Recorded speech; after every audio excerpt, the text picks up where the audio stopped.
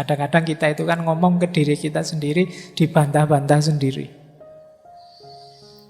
Yang bikin doamu tidak kabul, yang bikin cita-citamu tidak wujud, yang bikin keinginanmu tidak terlaksana, itu seringkali karena kamu sendiri yang bantah. Alhamdulillah kalau teman-teman sudah selesai urusan tobat, saatnya untuk inabah, memperbaiki diri. Kalau sudah beres di inabah, mungkin bisa naik ke level 3 namanya aubah.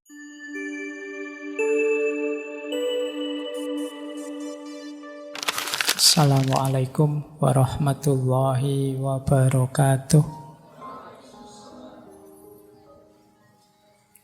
Bismillahirrahmanirrahim. Alhamdulillahirabbil alamin. Wa bihi nasta'inu ala umurid dunya waddin. Allahumma sholli wa sallim wa barik ala habibina wa syafi'ina sayyidina wa maulana Muhammadin wa ala alihi wa ashabihi wa man tabi'ahum bi ihsanin ila yaumiddin. Amma ba'du. Bismillah, mari kita lanjut lagi ngaji filsafat kita. Kita mengambil tema muhasabah. Jadi 1 bulan ini mungkin kalau dari sisi materi tidak terlalu rumit, yang membutuhkan konsentrasi berpikir yang dalam, tapi perlu aspek berpikir introspektif. Jadi berpikir sambil berintrospeksi, membaca diri kita. Baik, kita mulai ya. Tema pertama kita akan membahas tentang taubat. Jadi ini tema yang mungkin populer khususnya di dunia akhlak, di dunia tasawuf. Karena kalau teman-teman belajar tasawuf, termasuk belajar ilmu tarekat, hampir semua suluk yang ada di tarekat itu diawali dari makom taubat. Rasanya kita sudah ngerti taubat itu apa, tapi apa benar sudah ngerti? Nah, malam hari ini kita belajar itulah, bismillah. Kita belajar bareng-bareng malam hari ini. Saya akan mengambil dari berbagai referensi tentang apa itu taubat. Ya tentu saja versinya ngaji filsafat ya. Jadi lebih banyak pengayaan materinya. Oke, bismillah, saya awali dari definisi kata-katanya. Ya tentu saja taubat dari bahasa Arab.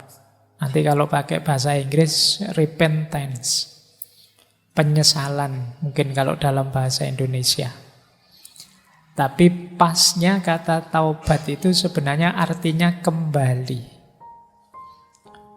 Roja'a, yang dimaksud tentu saja kembali pada Allah, menghentikan perbuatan dosa maksiat yang kita jalankan.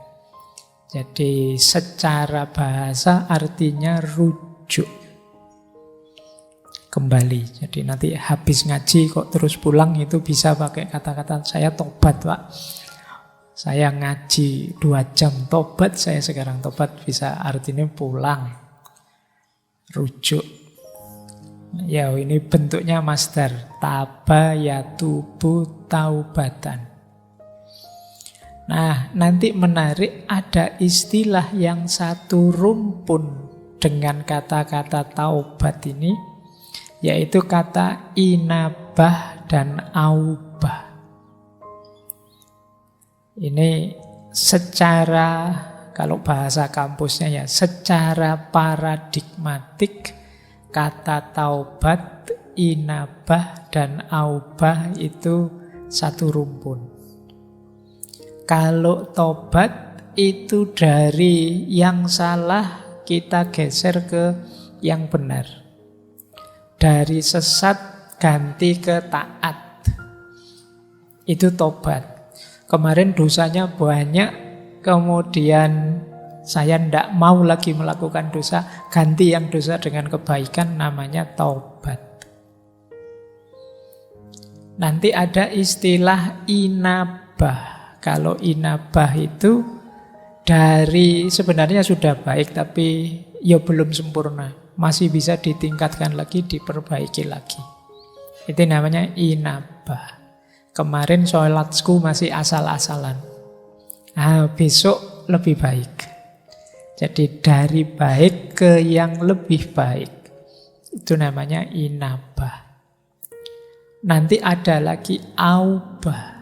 Ini kondisi jiwa. Kalau aubah ini kondisi jiwa yang selalu menengok Allah. Selalu tawajuh merasa di hadapan Allah. Ini aubah. Jadi kalau ini pokoknya menatap terus wajahnya Allah. Kalau ada momen kok dia lupa pada Allah, dia merasa berdosa. Ini yang nomor 3, ini levelnya para wali biasanya.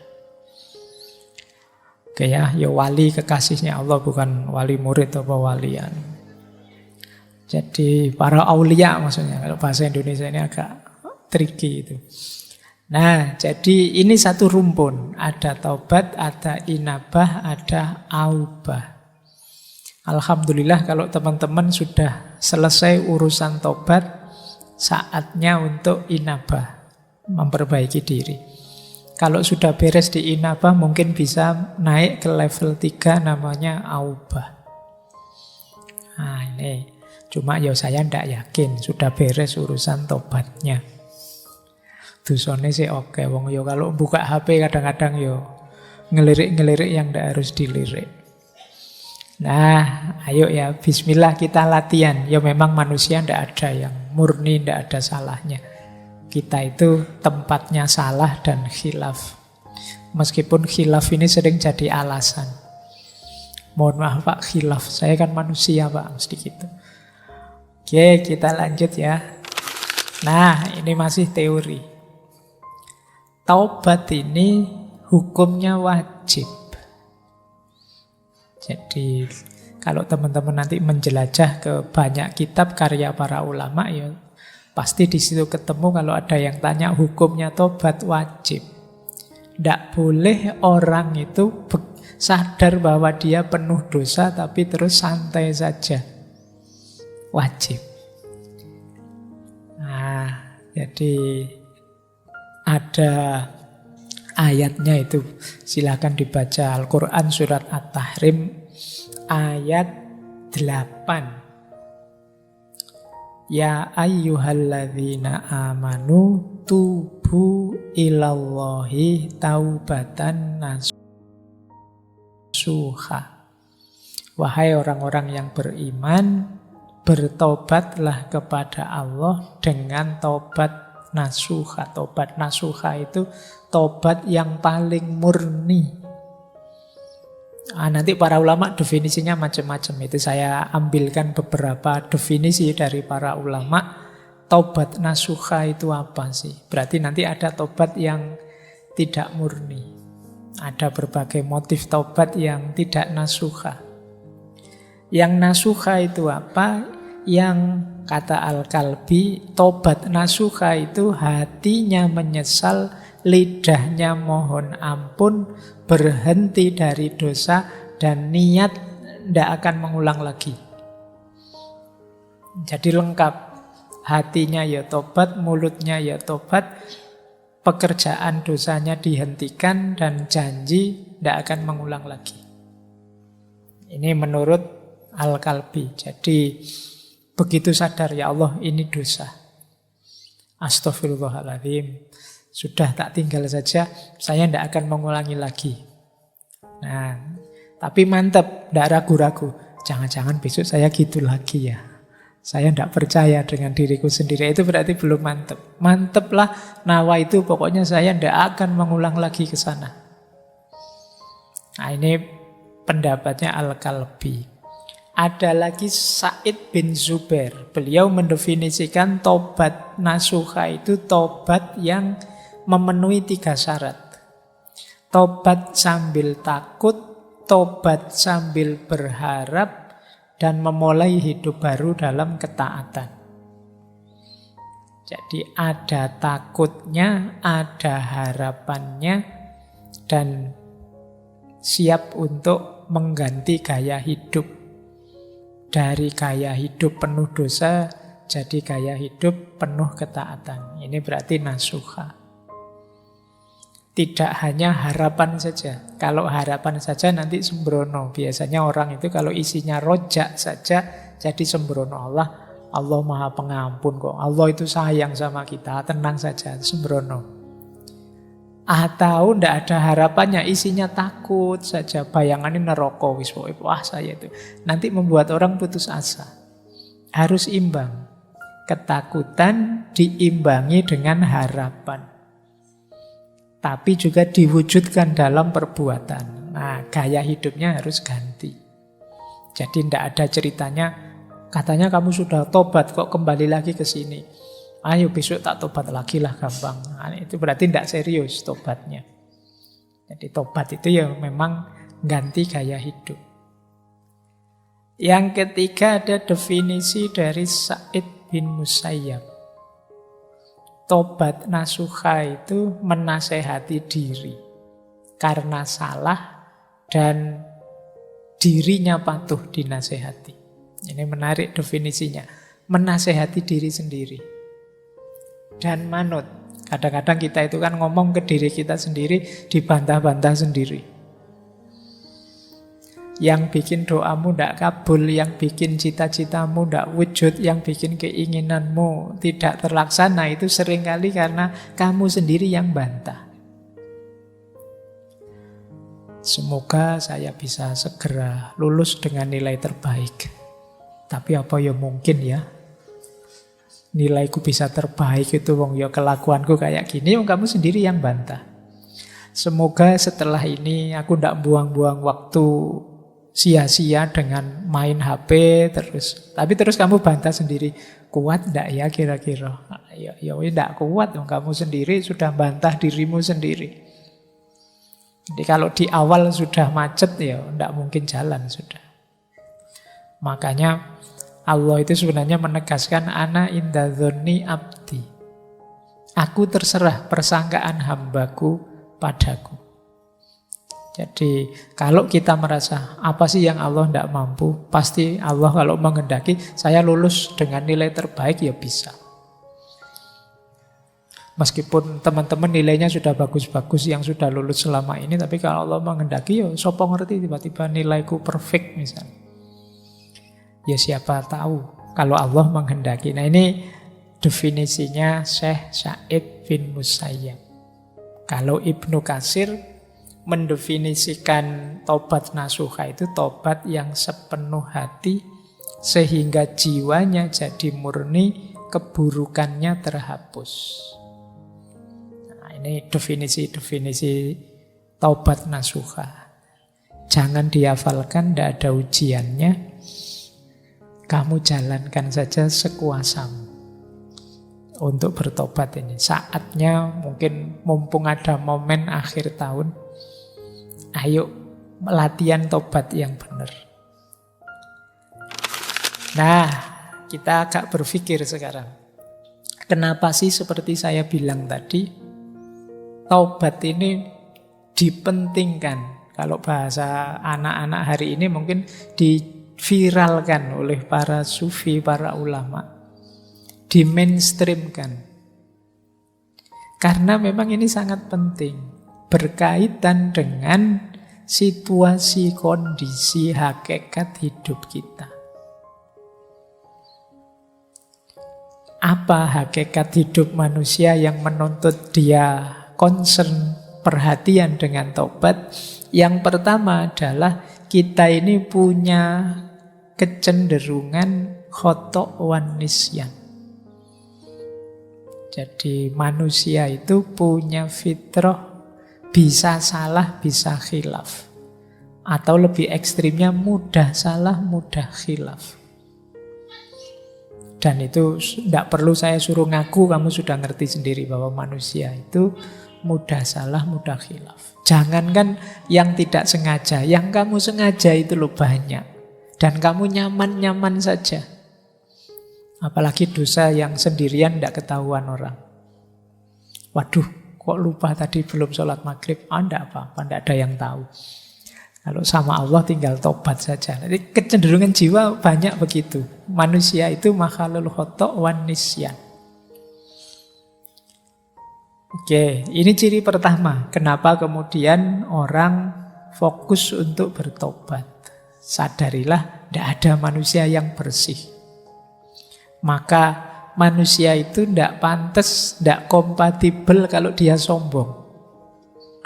Ya ibaratnya komputer itu kalau diisi program sombong itu tidak cocok. Dia akan crash. Saya yakin kalian juga tidak akan kerasan kalau dekat dengan orang yang sombong. Kenapa? Kesombongan tidak kompatibel dengan manusia. Karena manusia itu makhlul khoto' wan nisyan. Orang yang gampang salah, gampang keliru, kok sombong, tidak pantas. Kayak tidak punya dosa saja kan gitu. Setiap orang pasti punya salah, punya dosa. Makanya kalau teman-teman kok tiba-tiba sampai pada momen harus konflik dengan orang, mungkin terdorong untuk maki-maki orang, menyalah-nyalahkan orang, menyesat-nyesatkan orang, ayo kembali dulu pada diri kita. Emangnya aku tidak pernah salah? Memangnya aku tidak pernah keliru? Tidak pernah khilaf? Fitrah kita itu ya antara lain khoto' wan nisyan. Ada sisi itunya, maka tobat penting. Makanya istighfar itu setiap hari, setiap habis sholat disunahkan. Berarti dosa kita itu hitungannya tidak harian, mungkin jam-jaman. Jangan-jangan menitan. Jangan-jangan detikan. Jadi kalau kalian muhasabah mungkin bukan minggu ini saya salah apa, tapi jam ini saya salah apa? Atau jangan-jangan menit ini saya salah apa ya? Dari berangkat ke masjid ngaji sampai sekarang dalam masjid kira-kira saya ada salah enggak? Perbuatan mungkin tidak, tapi pikiranku ada salahnya enggak? Ada kelirunya enggak? Ada negatifnya enggak? Mungkin jangan-jangan tadi sudah sebelum jam 8 sampai sini, wah Pak Faiz kok enggak datang-datang sih?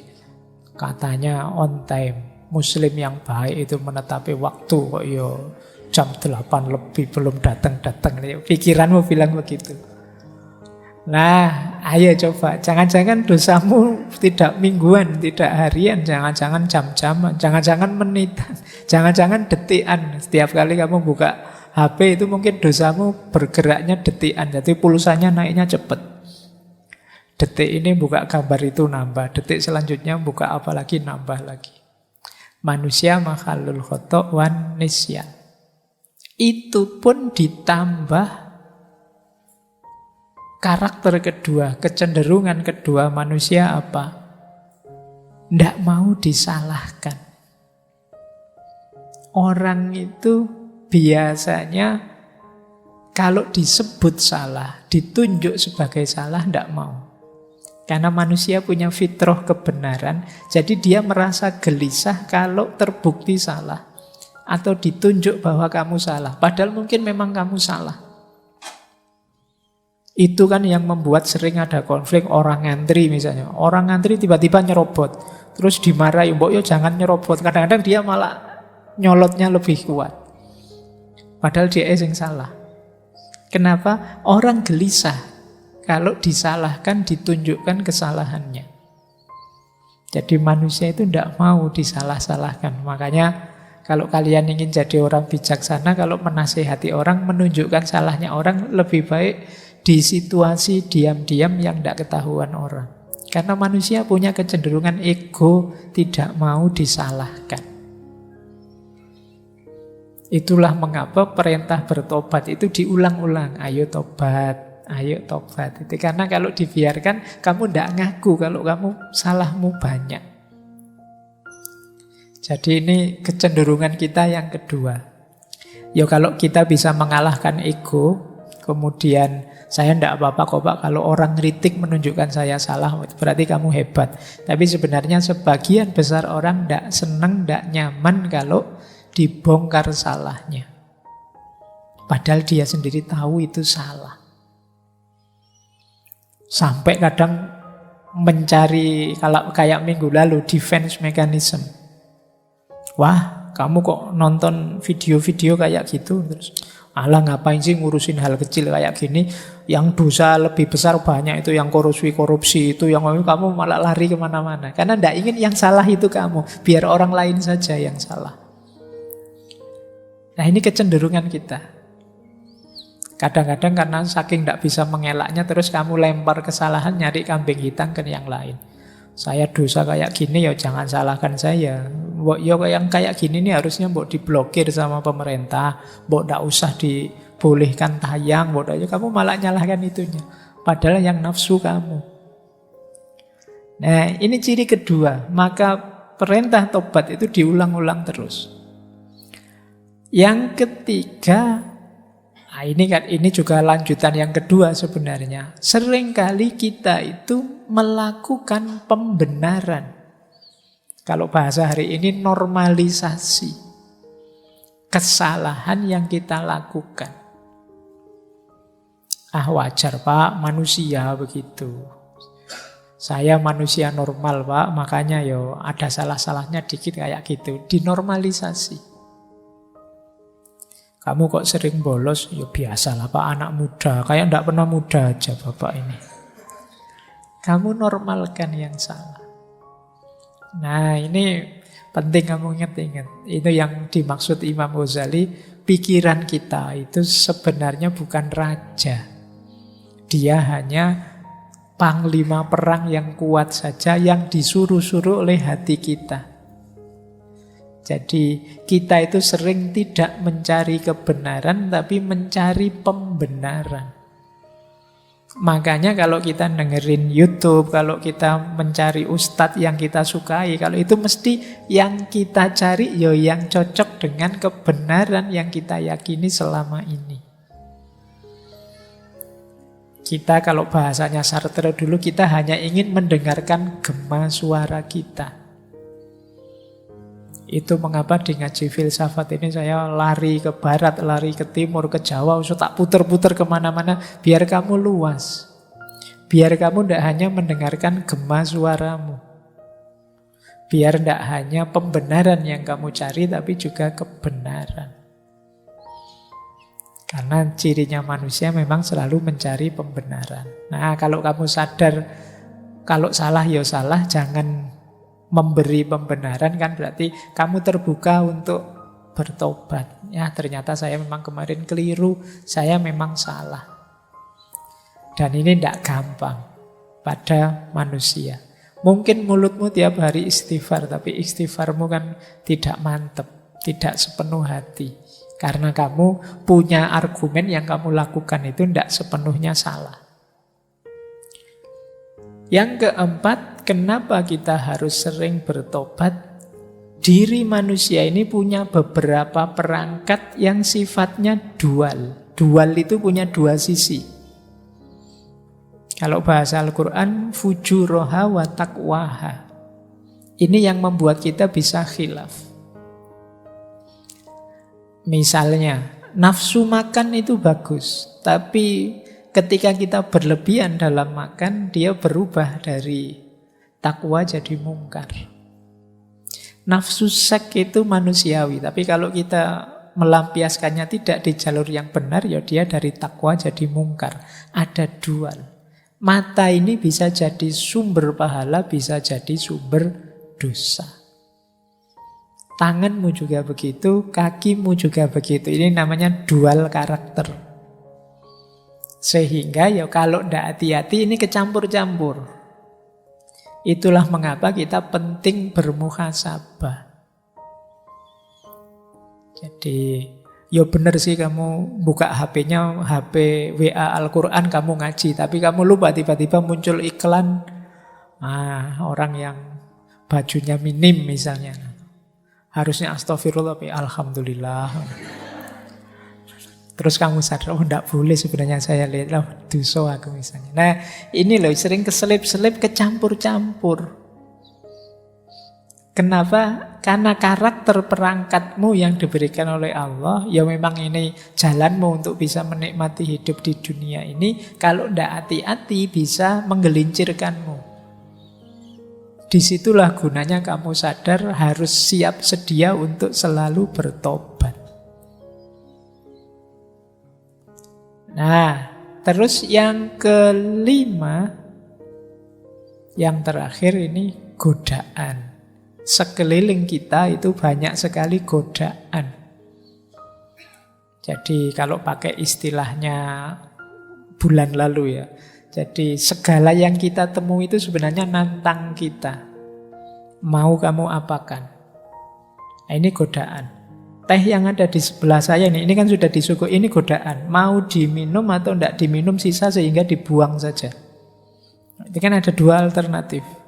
Ketemu kalian ngaji malam hari ini kan juga begitu. Mau diikuti saja, dikritisi saja, dicueki saja, dijalankan saja. Ini semua tantangan-tantangan. Yang begitu kamu salah membacanya, ya harusnya lahir pahala jadi lahir dosa.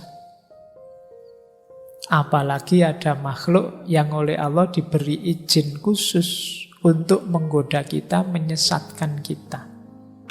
Baik, nah sekarang tentang menyepelekan dosa sehingga kamu tidak kunjung bertobat. Kalau ini saya ambil dari pendapatnya Syekh Yusuf Al-Qaradawi.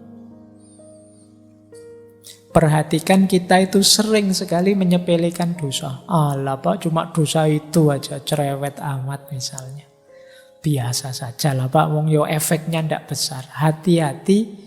Kata Syekh Yusuf Al-Qaradawi, dosamu yang kamu anggap kecil-kecil itu bisa menjelma jadi besar. Makanya ada kalimat dalam dunia tasawuf itu, tidak ada dosa kecil yang diremehkan dan tidak ada dosa besar yang ditobati. Dosa kecil yang diremehkan dia akan menjelma jadi besar. Dosa besar yang ditobati, disesali, ya dia akan luntur jadi kecil bahkan hilang. Kapan dosa kecil jadi besar? Yang pertama kalau diistiqomahkan. Jadi dikekalkan. Alah Pak, lihat video kayak gini, ini kan dosa kecil Pak. Kalau korupsi dosa besar, jadi saya istiqomahkan tiap pagi biar seger lihat. Nah, yaitu lama-lama pasti akan menjelma besar karena pengabaianmu terhadap dosa itu menunjukkan ketidaktakutanmu pada Allah. Ya dia dosamu akan menjelma besar. Meremehkan Allah itu kan dosa besar. Yang kedua, menganggap remeh. Alah kayak gini saja kok. Alah wong cuma begini saja kok. Nah, ini kamu anggap remeh. Ketika kamu anggap remeh, yang kecil jadi besar. Meremehkan kesalahan. Yang ketiga, senang mengejarkannya. Enak ya Pak. Nikmat ternyata dosa itu Pak. Ya wis. Jadi kamu menikmatinya. Orang yang menikmati tidak mungkin menyesali. Mungkin dia tahu itu dosa tapi ingin mengulangi. Karena kamu merasakan nikmatnya. Jadi pengaruhi jiwamu ketika mungkin kamu melakukan dosa, sadarkanlah jiwamu bahwa kenikmatan dari dosa itu palsu.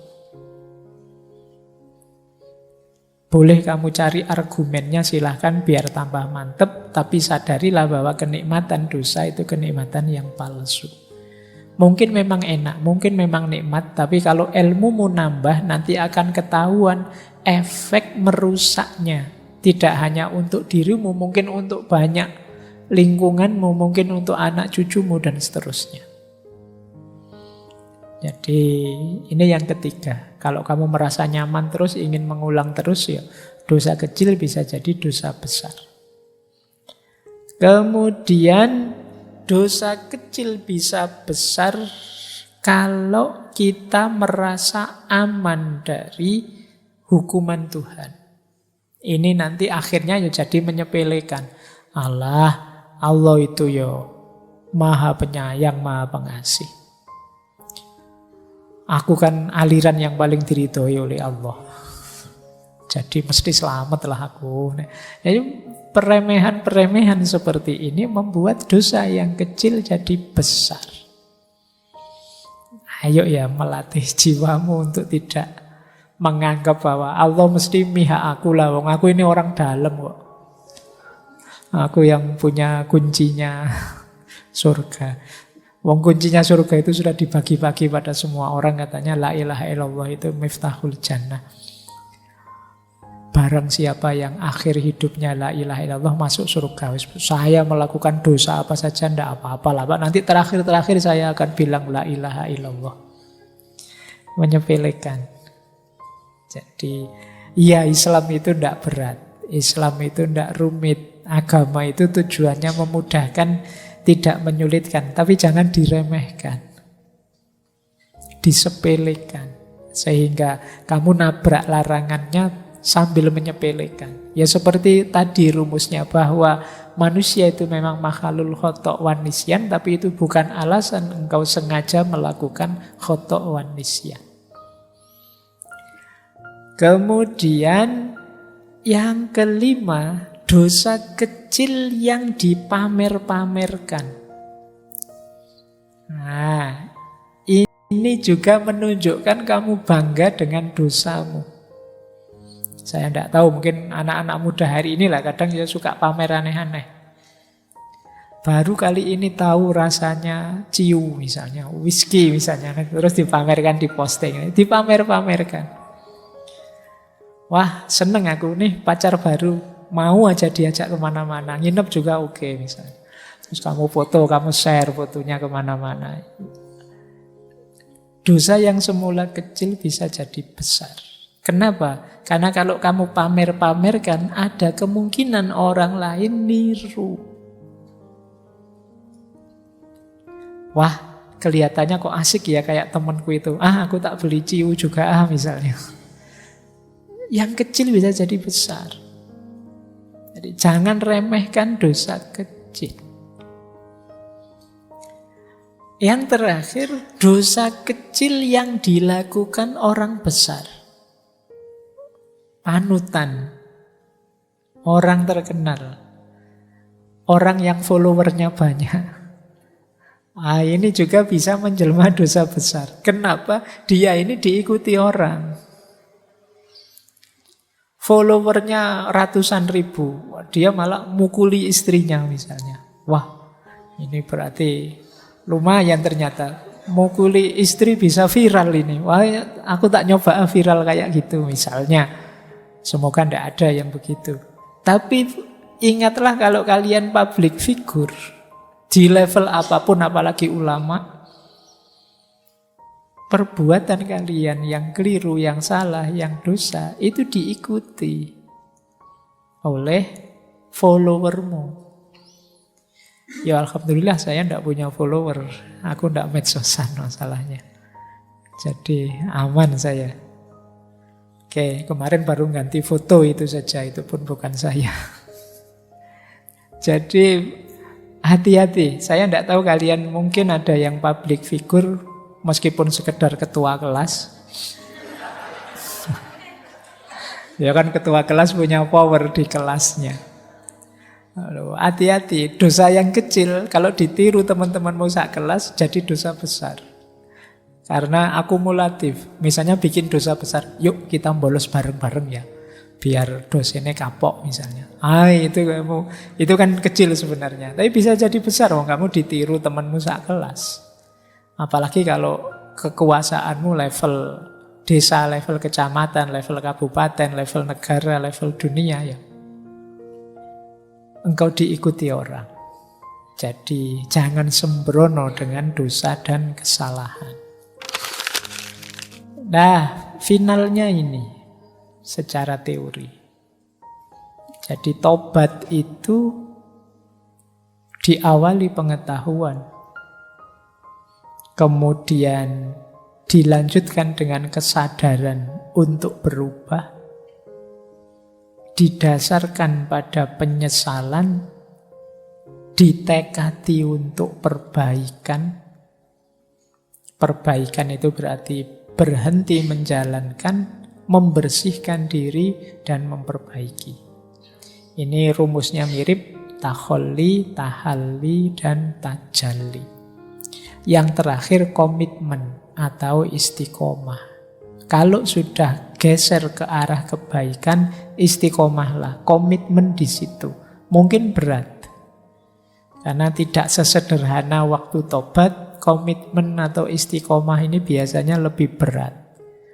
Makanya minggu depan kita bahas dulu istiqomah itu apa. Jadi setelah tobat, saatnya kita istiqomah. Ini sebenarnya ringkasan rumus dasar kalau kita ingin bertobat. Orang yang mau bertobat berarti orang yang sadar diri dan tahu diri. Bahwa kita ini manusia, yang banyak khilaf, banyak alpa. Orang yang tidak mau tobat adalah orang yang sombong. Sebagaimana iblis. Iblis itu kan sombong. Merasa lebih tinggi. Merasa dia tidak salah pokoknya. Padahal sudah jelas-jelas salah. Nah ini cirinya orang sombong. Sombong itu syirik kecil. Baik, jadi ini rumus dasarnya tobat.